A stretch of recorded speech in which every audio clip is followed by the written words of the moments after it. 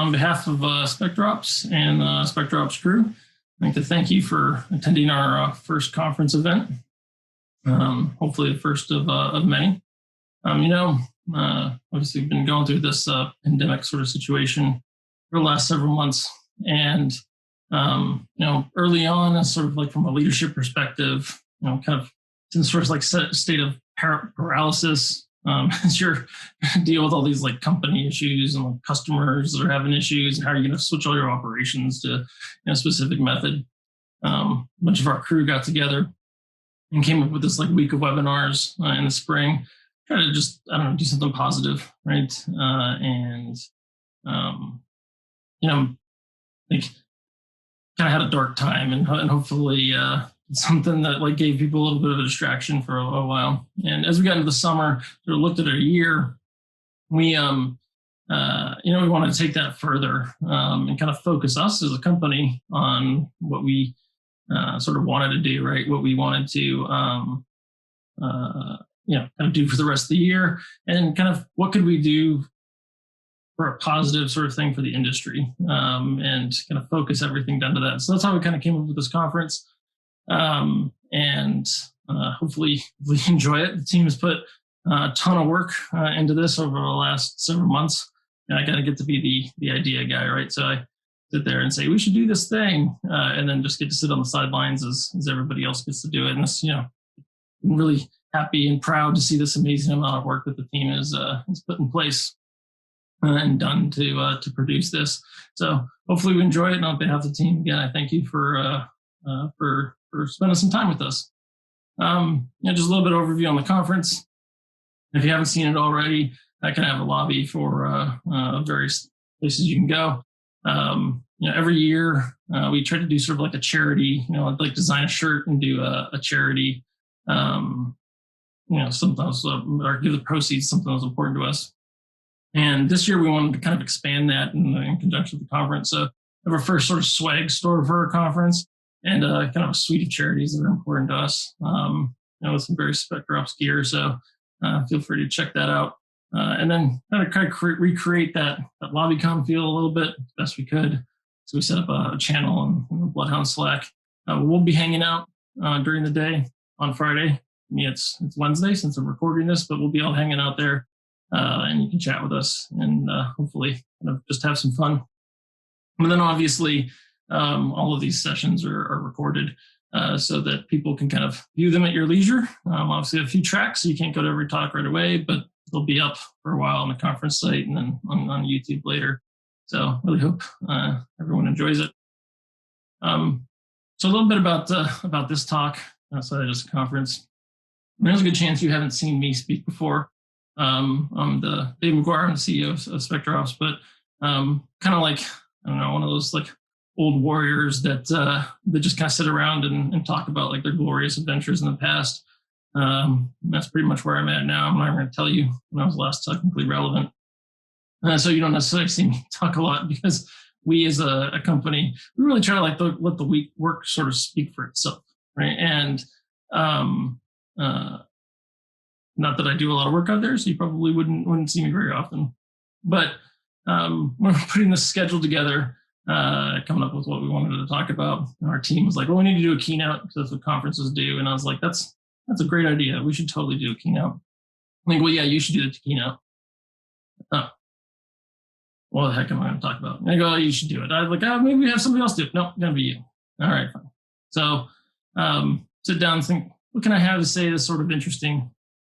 One of the things that the pandemic, though, is kind of, not that it's been good by any means, but one of the things that kind of lets you do, I don't know if it's good, lets you sit and kind of focus on this existential reflection, right? Which is, like, what are we doing? Where we're going? What are we doing today? And why are we doing it? And where do we come from? Because you remember sort of what that normal world was like. And realize we hadn't really ever done that for SpecterOps, right? We never really sat and talked about, what drives us, what motivates us, those kinds of things. How do we see ourselves in the community? So I thought that might be something, this could be a good chance to sort of do that in this format. Came up with this clever title. I thought it was clever. Obviously called How Did Ghosts Grow Up? was immediately reminded by our team that that's an oxymoron, because obviously ghosts don't grow up. I still thought it was clever, so I kept it. But thinking about it, I actually had to go like develop my content after that. And thinking about it, you're kind of like, well, it's true, ghosts don't grow up. Honestly, we're obviously playing off of like the SpecterOps name for how do ghosts grow up, but like companies don't grow up either, right? Companies are sort of just a thing that exists. So obviously our company isn't going to grow up, but people do. Right? I grow up, and our folks do, and people that join us bring new perspectives in. But also, if you think about it, our community is really growing up together as well. We're a very young community in general. Let me say less than really effectively 30 years old. If you look back at our history, we've made a ton of mistakes. We've had some great victories, I like to think. And our perspective has often changed, just like, a group of folks growing up. And so, kind of from that, maybe what this talk is about is maybe more of a story, right? A story about how we're growing up, how we, SpecterOps, are growing up. I mean, I've grown up some, and how our community has sort of grown up as well, and how we see SpecterOps sort of fitting into that picture of where maybe we want to go. And so, from an industry perspective, don't get me wrong, I'm no philosopher. Nobody would ever certainly accuse me of that, nor would I characterize my views or our views as sort of what's the entire industry. They only give you our perspective, give you my perspective. I think it's even kind of dangerous a little bit to try to put a box around what our industry or our community is, because that's often somewhat up for debate. And so I'm not going to try to do that. I'll be a little bit more vague. But if you think about it, spend some time ruminating kind of on what are we doing, and kind of where does our industry exist? You come to realize that like we exist in this very unique community, right? This very unique industry, because we sort of exist in this constant state of like asymmetrical warfare, really, in that we're constantly dealing with attacks and defense, and how do we deal with these threats that are sort of actively attacking us on a regular basis, and kind of realize that like really for us, everyone is in the fight. That's another unique sort of situation, is that we have corporations and we're trying to defend organizations that are really looking at it from a defense perspective. But we also have nation states involved. We have criminal organizations. We have all kinds of obviously groups that are sort of involved in this fight and tangentially a part of our community in some respects. And also that like our victories in our young sort of lives have been really, really fleeting. Think about it. We may solve a problem. We may feel like we've made 2 steps forward in something, but oftentimes it only lasts for a little while. Right? New attacks come out, new methods of operations come out. This constant back and forth that we're in. I think one of the most unique things though about us is that like, how exactly do we define what the good guys and the bad guys are? I mean, at the end of the day, it really actually for us depends on perspective. And so like your country, another country, our country, right? And then also on a point in time. That's kind of interesting about us, and that like a significant component of the industry that maybe at one point in time would not have been considered the good guys, right? But that's sometimes a valuable perspective in us, and I don't think you see that too much in other industries. Like I said, we're also really comparatively young and unformed. I've been doing this for 19 years, and that makes me basically ancient since I effectively joined this industry. But really, even in that time, we've grown so large that like it's not even recognizable from what it was, 19 years ago for me, and not recognizable from the number, the size that we've grown to, but the way that we're operating. And so, in some respects, we're in this form where we're really still forming what we're going to be, when we grow up, kind of. What are our grandkids going to be doing when they're in this industry? And so we're in sort of like dynamic time that in a lot of respects is exciting and also frustrating, obviously. I'm probably being a little bit nostalgic here, thinking back to my much younger self, when, and saying that like times were simpler. The problem sets that we were dealing with was simpler, and in a lot of respects that's true. But what strikes me the most kind of is that, my younger self, right, is that you knew sort of, or you felt you knew what your job was. You felt you knew that the mission, you were trying to make the world a safer place. At the end of the day, all had all kinds of other motivations for what was going on. There was a sense sort of that like we were going to solve problems. It was going to get better. As you sort of look back at how things have gone over those number of years, you can really come to see that I think like oftentimes we're just reacting, right? We're like building the plane as we're flying it, and that makes us it makes us very reactionary. It also makes it hard to say what was a vision. A vision that depended on what was going on at that time. Concepts that we've been lucky to sort of like ride the wave on with SpecterOps, like red teaming and hunting. These military concepts that sort of migrated into the civilian space because of the type of asymmetric warfare that we dealt with. Those kind of migrated in along the way. It wasn't like 15 years ago we knew that these components were going to be big, or big components of what we as an industry did. And I think that's also made it really hard to, that reactionary sort of mentality we've been into. It's been really hard to see like 3 steps out, right? Okay, if we do this thing, what's going to be the reaction to it? If we release this, what's going to be the reaction to it? How's that going to affect things?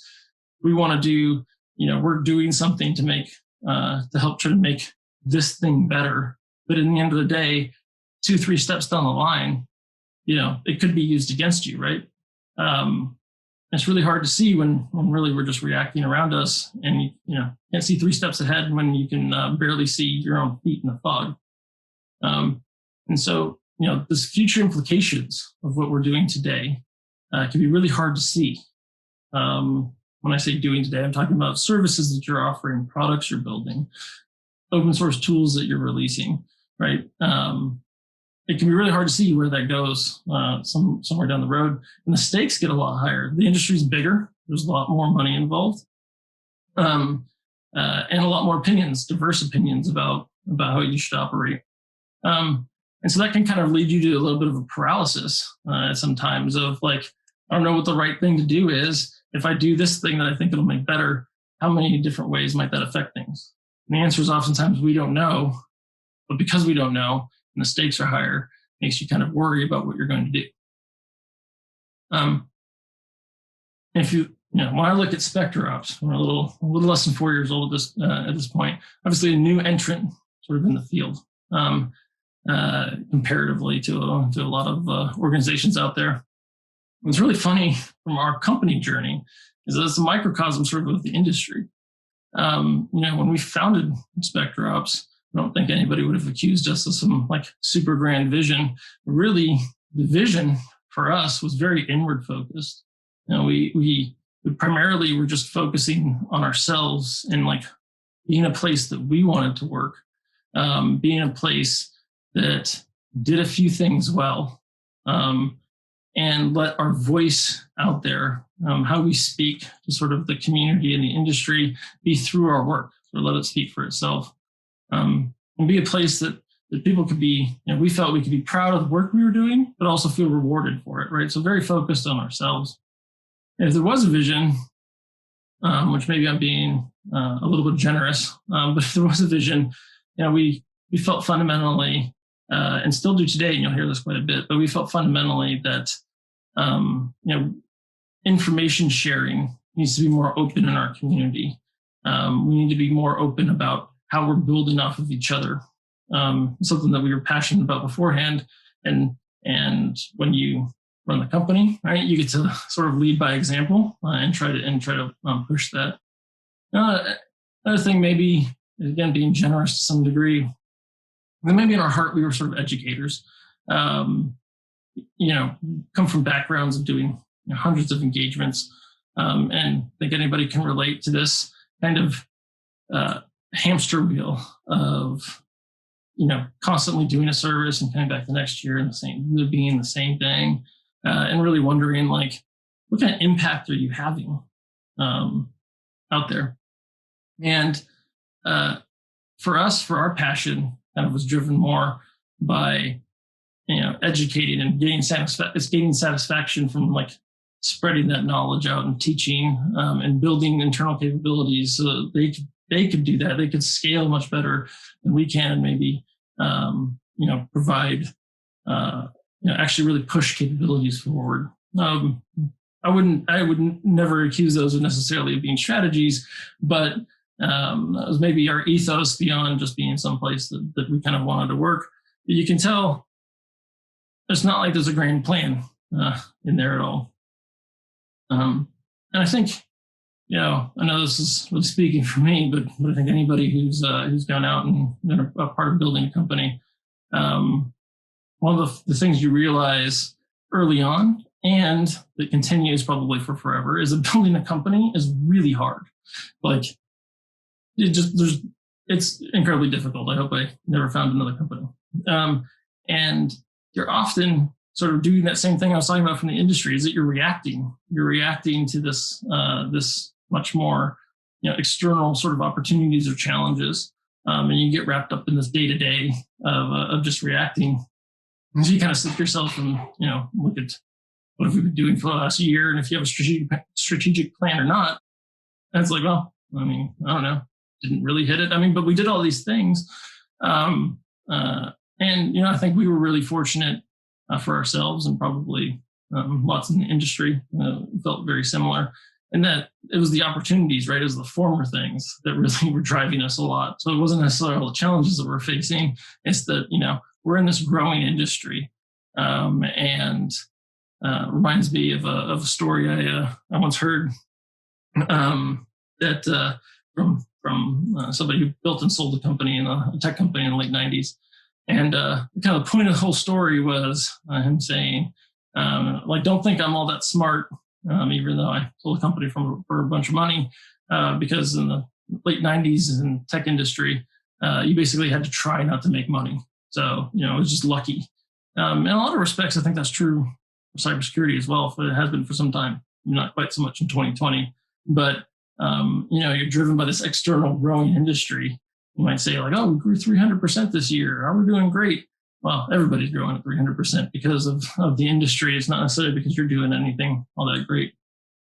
But it's really easy to lose kind of the forest in the trees, right?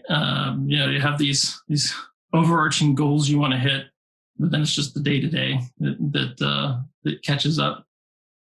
We also, I think a lot of folks can relate, but we made plenty of mistakes along the way, right? As we were essentially doing everything for the first time.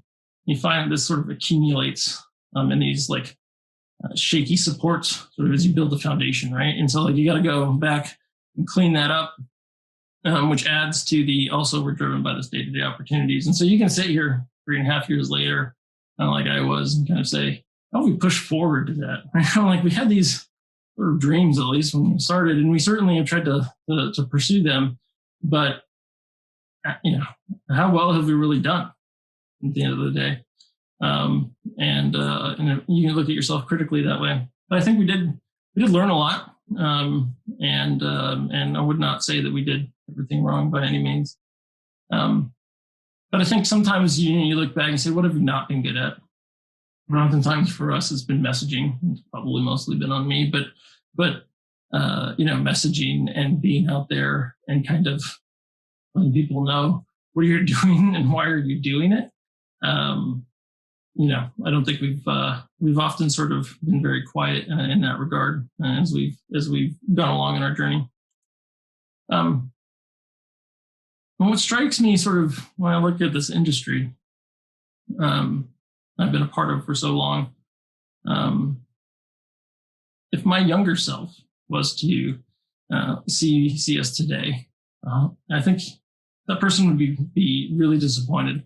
Hopefully not at me, but sort of how far did we come? And if you look at us, every year, really, like we've put more and more money has been poured into cybersecurity. Our industry has grown. Investments have been made in company in the cybersecurity practices and companies all over the place. But fair or not, or really on us or not, I have to say that I don't think we would argue that the world is a safer place. After the time that we've been doing this, people are more and more dependent on the technology and the platforms that we're supposed to protect. And I think if we were successful, it would you never hear from us, right? It would work. It wouldn't be something that you worry about, outside of the industry that we work in. But that's not the case, right? Instead of working behind the scenes, actually, our struggles, our defeats, our victories even are constantly out in the open, and often really ill understood by, because they're fairly complex. If you think of the victories, for example, that do make it out in the open, and we're to equate that to anything else, you kind of feel sad for them. Like the victory was you didn't have this, system, or this, collection of systems broken into that were critical, which is great. It's wonderful, but like it's like the equivalent of like, if you're reading a newspaper, like we held the fort. Most of the time we don't, but we did this time. Like that's actually kind of sad, right? More than anything else, I think that there's even more uncertainty in if the investments we're making, and we're making a lot, if what we're doing is effective, right? Is this money that we're putting in, and the people that we're working here and whatever, like, are we effective? Are we making it better? And in my experience, the answer is a lot of I don't know, right? I mean, we could have all kinds of metrics out there, but fundamentally, when it comes down to the end, are we more effective? Do we feel more effective at responding to breaches? Do we have confidence in ourselves, in our defenses? And I think the answer is oftentimes no, right? And so, that's not necessarily a terrible thing, but it's almost one of those things that we might want to stop and say, okay, well, how are we going to effectively utilize pretty massive resources that are deployed out here for us? But if you look at our community, our community, it really does face these incredible challenges. You think about it. You have these massive investments that are being made by our adversaries. Again, adversaries can be somewhat subjective, but massive investments that are being made, and to defeat us, to defeat effectively what we as a public community are trying to do. And like I said, who's the good guys and who's the bad guys? Somewhat up for debate.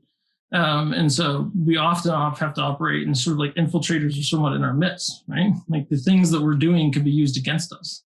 And I think that as with any group of people that are sort of under siege, that develops sort of a bunker mentality in a lot of respects, or like exiles fleeing a war zone, and that we're under this incredible pressure a lot. But instead of unifying, oftentimes we'll break into warring factions, fighting each other, and sort of hoarding our scarce resources, right? Hoarding the fact that like each of us individually aren't really able to make that much of an investment compared to nation state along those lines, but we also hoard them to a large extent because looks like a source of competitive advantage or whatever, which just makes us collectively, I think, less capable.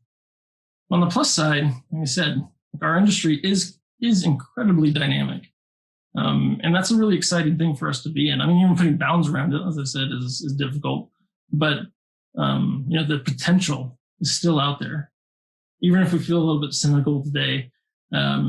And I would never want to characterize us as a bunch of failures by any means, but like we do have this dynamic element to us And we can be very, very good at solving collective problems when we sort of get our heads around it. When we look at where we're going as an industry, again, wouldn't call myself any kind of philosopher. Honestly, we make a lot better operators at SpecterOps than prognosticators or whatever. There's lots of people out there with some very good opinions, people who spend a lot of time and thought into trying to push the industry. And honestly, our perspective is pretty inward focusing on the things that we do. But some thoughts on where we feel we'd like to see the industry go, and also where we'll try to push things. Right off the top, I'd say we feel very strongly in this concept, that our industry and our companies, have this sort of dual mission. We sort of serve two masters because obviously we're capitalists, and that's how sort of the system works, whether you like it or not. But we also serve a public good, right? We're not just there to make money. We're also there to try to provide a line of defense at the end of the day. And, that's not unique necessarily. In fact, there's lots of industries out there that, that have these dual purposes. Maybe best example would be healthcare. Again, not trying to take a stance in healthcare by any means, or whether that's effective or not for the various systems out there. If you think about it fundamentally, there's an understanding and a sharing that happens within that industry and that community you don't necessarily see in an industry like ours. If you think about it, for example, if one hospital system develops a technique that, surgical technique, let's just say, that saves lives, right? That will make people safer. They don't hoard that, and they don't hold it to close to their chest and say, well, that's an advantage for us that we keep people alive better than you do. They share it out, right? They so that others can emulate them. They don't share everything, obviously. And some aspects of the industry, you might say, are a lot more about profit or IP protections or whatnot than others. But even those, I think you see a level of sharing that you often don't see at the corporate level for us. I wouldn't characterize the community level necessarily as the same. I think we have a great community, but the corporate participation in that could not be that great. I think there's a they say in the military, you train for the situations that you pray you'll never face, right? This concept of readiness that we need to be constantly training and constantly getting ready for the thing we actually hope we never face. And we would say that focus on readiness needs to be probably better out there in the security within security operations as well, because honestly, they face the exact same thing. Think about it. Like most of the situations that you're trying to protect against are the ones, or trying to be able to effectively react to, are the ones you never actually want to face, but you still want to be effective at them. I think most importantly, though, something that's close for us is that we need to remember that we're in the gates together, and our enemies are outside those gates, right? Our enemies are outside the gates, not inside with us. This isn't about red versus blue. This isn't about, your company or our company. This is about the collective thing we're trying to do, the collective mission that we have. And maybe we do something that somebody else doesn't like. Maybe we have an opinion that somebody doesn't like.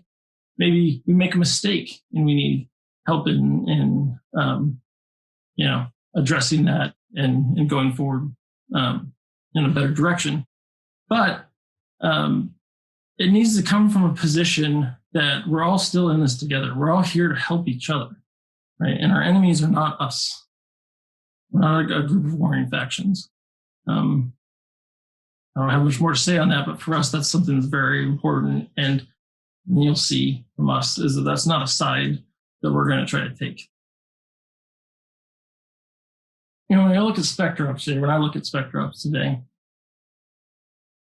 we're ironically, I've found for myself personally, and as our company has grown, that we're more defined by our limitations than we were by our ambitions.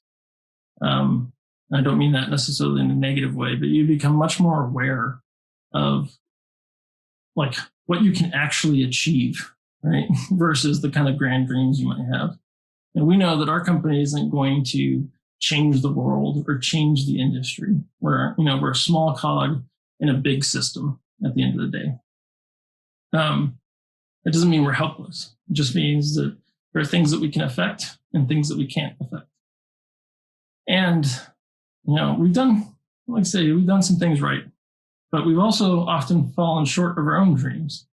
At our worst, we can become paralyzed with our inaction, worried about the negative perception that our customers might have, the community might have of something we're doing, and sort of sit there and ruminate over and over again on what the right answer might be. And then, until it doesn't really matter what the right answer is because you just didn't do anything and you moved on. And I think when I look at us, at least from a engagement perspective, that's probably one of our biggest failings, is falling short of where we wanted to be. But it's not negative. I don't want to make people think that I sit here and think quite negatively about our industry or company or anything else. I have great hope for our industry. I have great hope, obviously, for our company.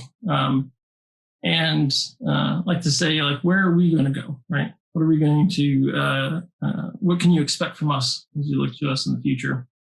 I won't say about, some specific business or some tool we're going to release, but more our philosophy.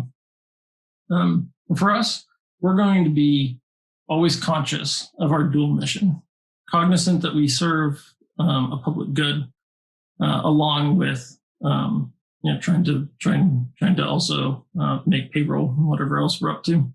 And that means that we're not necessarily going to,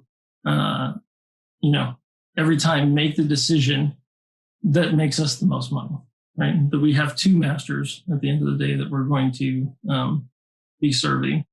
And we encourage others to look at it that same way. Again, it doesn't mean we're not in competition, but it does mean that we understand what we what we share and we don't share, and what collectively pushes us,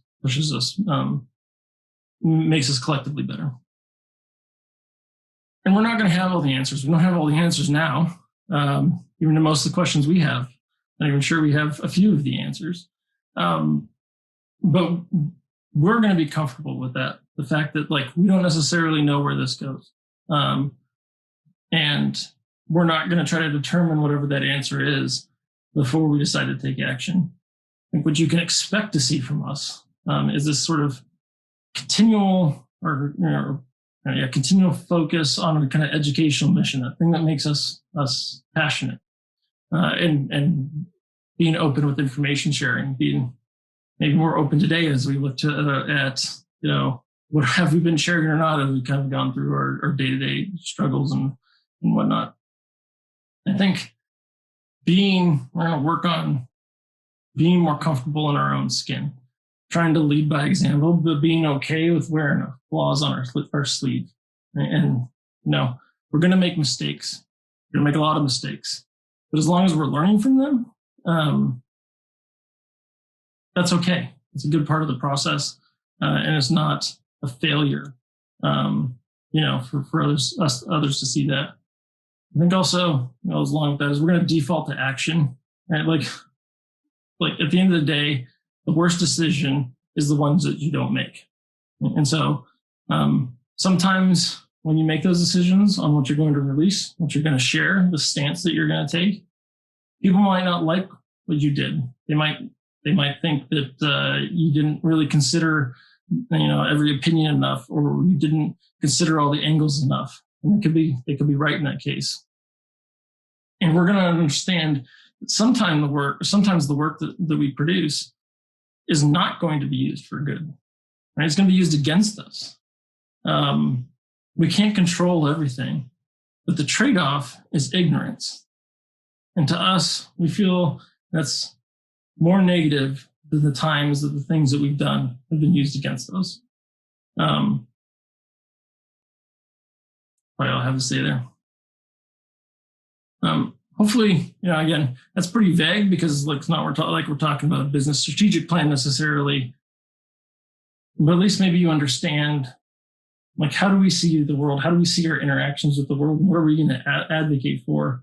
And we'll try to be better as we look into the future with, that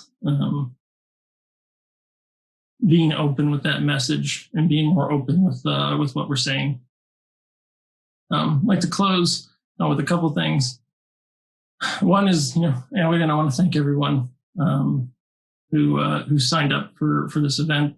The responses were sort of overwhelming for us, and I think really reaffirmed for us, sort of positivity as we were dealing with some of the dark things I think everyone's was. Thank you for, if you've made it this far through the presentation.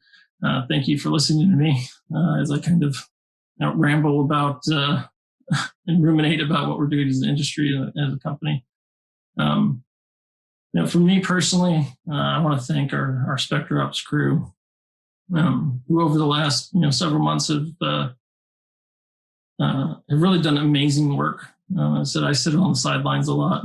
The position that I'm in, I'm supposed to go like strategize or something, right? But seeing the hard work that our crew has put forward to produce this conference, but also just the truly sort of remarkable things that they've accomplished as we've sort of dealt with this. I think really what is the worst period in our lives, and probably everyone's, as we try to navigate this. And watching them overcome the obstacles that they have has been something that's probably drives the most satisfaction for me. I have a feeling that is shared by a lot of my fellow CEOs out there in our community. But it's been really humbling to see. At the end of the day, following essentially a dumb Marine as he learns all of this for the first time, accepting my failures and watching me fumble, but sticking with us as we go along. The final kind of thing I want to feel like I'd be remiss not to use the platform that I have right now to not close sort of with a personal appeal.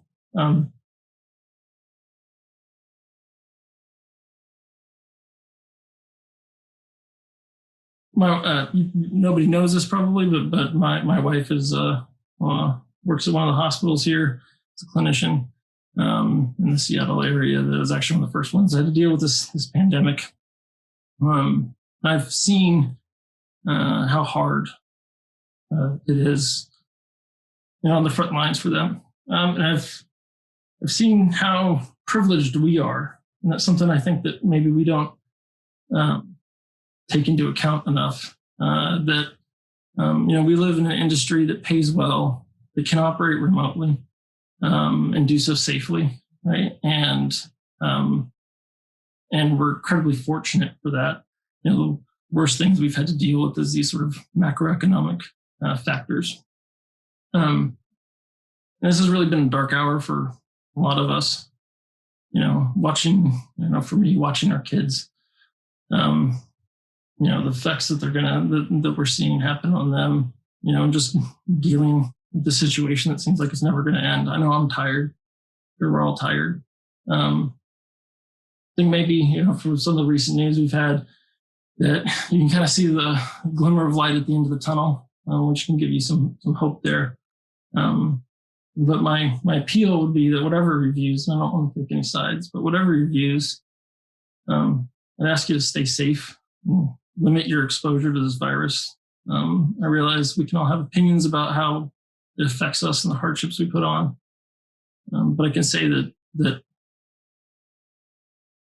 for my family, I'll ask for my family and the families that are like us, that, people are really going through hell fighting this virus, and their families, watch them leave every day and worry not just for them, but for what they might bring home with them. And it's hard but remember them when you're, when you're going about your lives, and stay safe for them and nothing else.